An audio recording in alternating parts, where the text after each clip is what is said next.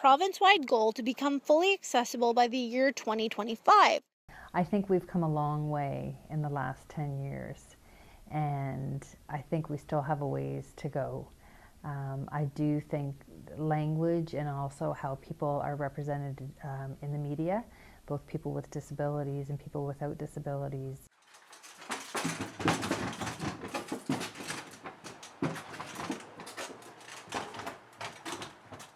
So here at Shadok, we're part of Developmental Pediatrics and Rehabilitation, and our program here is the Children's Developmental Rehabilitation Program. So we see children with a variety of different disabilities that may be physical. They may have some intellectual or cognitive impairments as well. With perseverance and persistence, they will be able to reach the goal of becoming a fully inclusive, fully accessible city. There's still the perception there that people with disabilities should be pitied, and even some of the words that you find being used in newspapers. Someone is confined to their wheelchair, someone has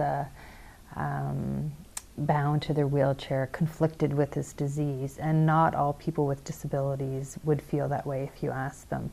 The Toole Library downtown has been able to help by building a bunch of ramps, which makes it super easy for people who might not have been able to get around before. Goals that are set do make people go farther than they would have without there being a tangible goal or a deadline that's set. But I guess it's one of those only time will tell.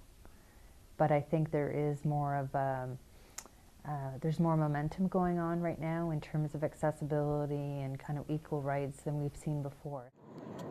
So we've discovered from our admittedly short and shallow exploration of Hamilton's accessibility that the city is a pretty sweet city. We spoke with an educational assistant at Saltfleet High School, Mary Ledoux. One of the challenges I would say that I would see would be in the restaurant situation, because when I am with a student and we're off to a dinner or a show, I think sometimes the different areas are not as clearly marked as they should be.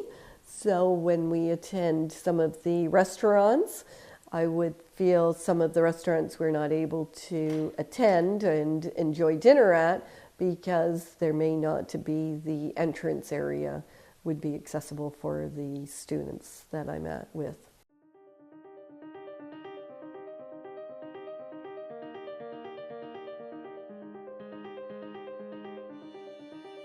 Yes, I would say definitely more positive. I was at Lime Ridge Mall with a student, and he was in a wheelchair, and they paved the way for us as we would be shopping together. People would actually shift and move for us as we were in the mall area, even though it was a very busy time. When we stopped to have a coffee and a drink at Tim Hortons, people allowed us to go to the front of the line so we would be able to enjoy a coffee and a drink without having to stand in line and having to wait. This is something that we hope to see and are hopefully waiting for.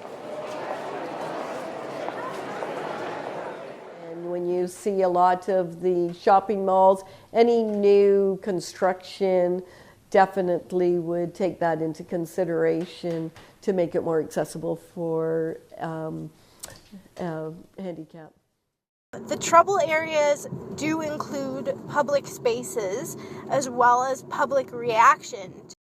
It's clear that the province is making progress, but the disabled community, its supporters and advocates will not stop until they see a fully inclusive, happily unified Hamilton.